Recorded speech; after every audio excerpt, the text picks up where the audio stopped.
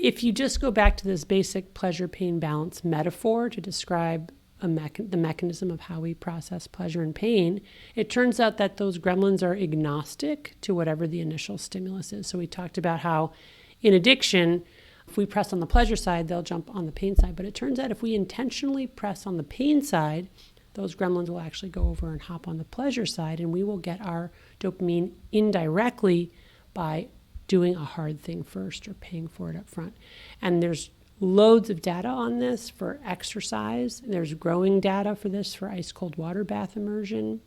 But there are many other clinical examples of hard things that we can do that don't feel good in the moment, but make us feel better afterwards. And again, it's because what we're seeing is a gradual increase of dopamine over the latter half of that activity, with dopamine levels remaining elevated in the case of exercise and ice cold water bath for hours afterwards, before returning back down to those baseline levels of dopamine firing without ever going into that dopamine deficit state.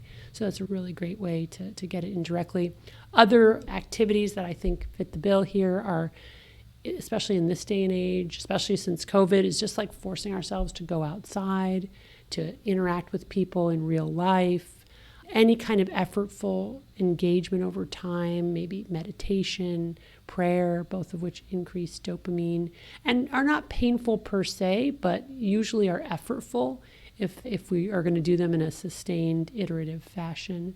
Things like chores around the house, things like saying you're sorry or telling the truth. These are all things that I think of as hard things that we can do up front that actually give us this kind of boost of dopamine in arrears.